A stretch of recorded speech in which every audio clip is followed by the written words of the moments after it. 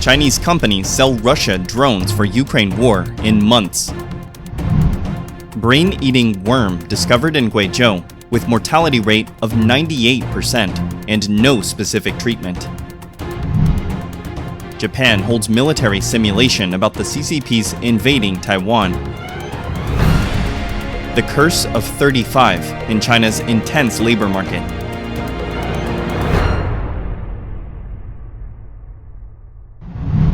The Japanese media claims that it has obtained Russian customs records that expose Chinese aid to Russia in the Ukraine conflict. Nikkei Asia said the Chinese firms began to ship drones to Russia in December 2022 when Russian President Vladimir Putin told his government to increase the provision of war-related products. The documents, which the publication said were supplied by multiple sources, shows that the dealings continued until at least April this year.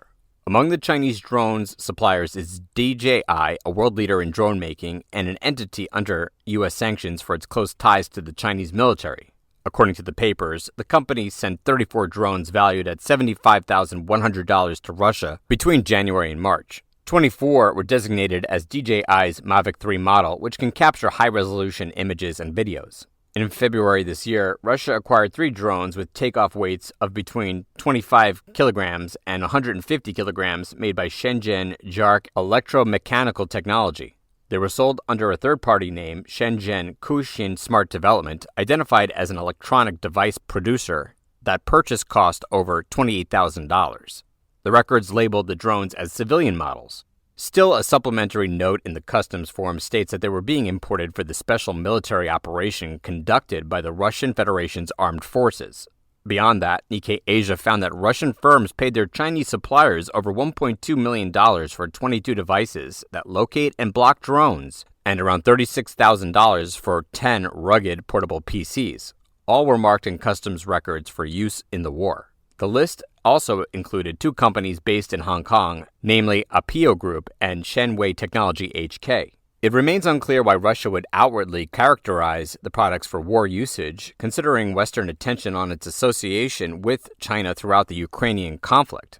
Lawyers and experts suggest that the label would help expedite the products through customs checks while Russia urgently needs supplies. The Chinese government has vehemently denied its involvement in the Ukraine war. U.S. Secretary of State Antony Blinken said that after his Beijing visit in June, that China promised not to assist its communist partner, but that commitment won't apply to Chinese companies.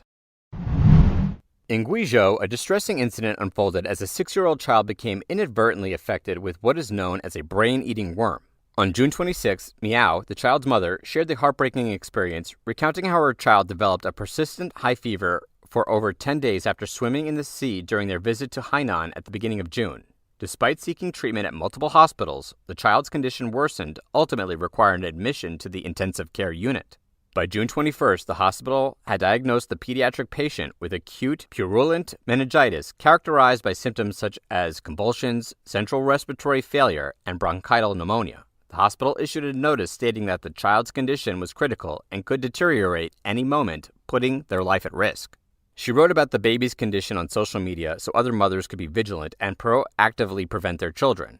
As of 11 a.m. on June 26, the patient was still undergoing treatment with their condition showing no improvement.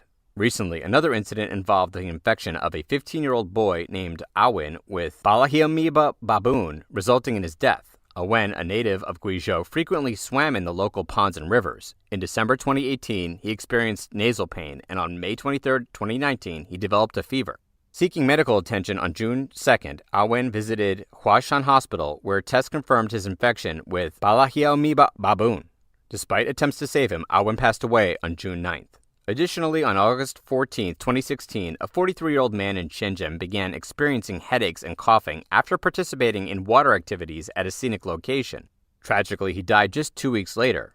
Official testing confirmed that he had contracted amoebic meningitis. Dr. Huang Lisu, the head of the infectious disease department at Zhejiang University Children's Hospital, said, "Amoebic brain infections are sporadic, with a mortality rate of up to 90%.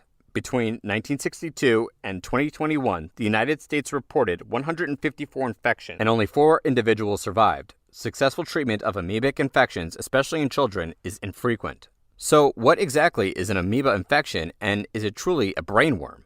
According to Dr. Huang Lisu, a chief physician and director of the Department of Infections at Zhejiang University Children's Hospital, amoebas are rare parasites primarily found in tropical and subtropical regions inhabiting water, soil, and decomposing organic matter. Amoebic infections can be classified in two categories, skin and brain. The parasites can enter the human body through two primary routes. Firstly, farmers become infected during agricultural activities when the parasite penetrates the skin, lending to the persistent and challenging to treat erythema. Once the parasite reaches the brain tissue, the chances of a successful cure are relatively low if left untreated for an extended period. Secondly, individuals can be infected with brain worms when they swim in rivers, lakes, and ponds or use contaminated water to rinse their nasal cavities. The parasites then enter the human brain through the nasal cavity, rapidly multiplying, and cause purulent meningitis, vascular hemorrhage, and brain parenchymal necrosis. Amoebic meningitis develops swiftly, progressing from symptoms like headaches, fever, and vomiting, then rapidly turning to paralysis and coma, possibly causing death within a week. Therefore, the amoeba is also known as the brain-eating worm. The Japan Forum for Strategic Studies, JFSS, will invite academics from Taiwan for the first time to participate in a military simulation of a situation where the Chinese Communist Party (CCP) regime wages war in the Taiwan Strait. According to a Taiwan News report on July 1st, the military simulation, held in Tokyo from July 15th to July 23rd, will examine the CCP's military blockade of Taiwan and conduct a large-scale attack that would undoubtedly influence the area and the world. It is the third time JFSS has organized this type of military simulation, but it is the first time they have invited military experts from Taiwan to participate. The JFSS delegation of former senior officers from the Japan Self-Defense Forces visited Taiwan in June. During this visit, they had a working session with National Defense and Security Research (INDSR), one of Taiwan's leading defense think tanks. Previous military simulations that JFSS conducted were mainly related to Japan and the U.S. CNA said that because of this importance of Taiwan to Japan, the think tank decided to organize this simulation. Taiwan News reported that the military simulation would help plan defenses for Taiwan and provide crisis management options. The simulation exercise was inspired by the saying of the late Prime Minister Abe Shinzo that if Taiwan has an emergency, then Japan has an emergency, and so does the world. How intense is the labor market in China? Is it cutthroat enough that there is an open secret that anyone turning 35 would be discarded from it?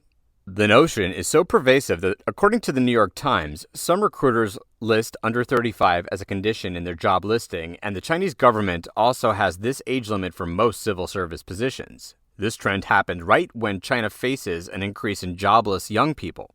And yet the government, aware of a rapidly aging population, hopes to recuperate by raising the retirement age beyond 60. This has further damaged morale in the community, which is becoming more reluctant to marry and have children. A popular blog post cited by the Times says, "Too old to work at 35 and too young to retire at 60. Stay away from home ownership, marriage, children, car ownership, traffic and drugs, and you'll own happiness, freedom, and time." 35-year-old Flynn Fan has tried his luck at over 300 companies over the past 6 months to no avail. He was fired late last year and has been taking anti-anxiety medication because of his stress. He said that most of his coworkers at his previous company were either unmarried like him or had no kids if they were married. They worked excessive overtime. Fan said in 2021, for 3 months, he never finished work before 11 p.m. Last year, China reported a 10.5% drop in marriage registers. It was the lowest level since the country published the data in 1986. Also in the same year, it reported a record population decline unseen since the end of the Great Famine in 1961. Simultaneously, birth rates plummeted to 6.77 per thousand, marking an all-time low. As an illustration of how tight labor demand in China is, the Times recalled financial reports from some of the country's biggest internet companies and most generous employers. Reportedly, Alibaba, Tencent, and Baidu hired about 9% fewer workers in the first quarter of this year than in the peak hiring stage during the pandemic. In 2022, some of China's largest real estate developers trimmed their staff sizes by 30, 50, or even 70%. Wang Mingyuan, a Beijing-based economist, estimated that around 50 million people aged 16 to 40 might be without work by 2028. He wrote, "The next few years will be the most challenging time for employment since the reform and opening up. It could trigger a series of deeper crises. Sadly, amidst the widespreading issue, China has yet to introduce any law that protects workers from age discrimination.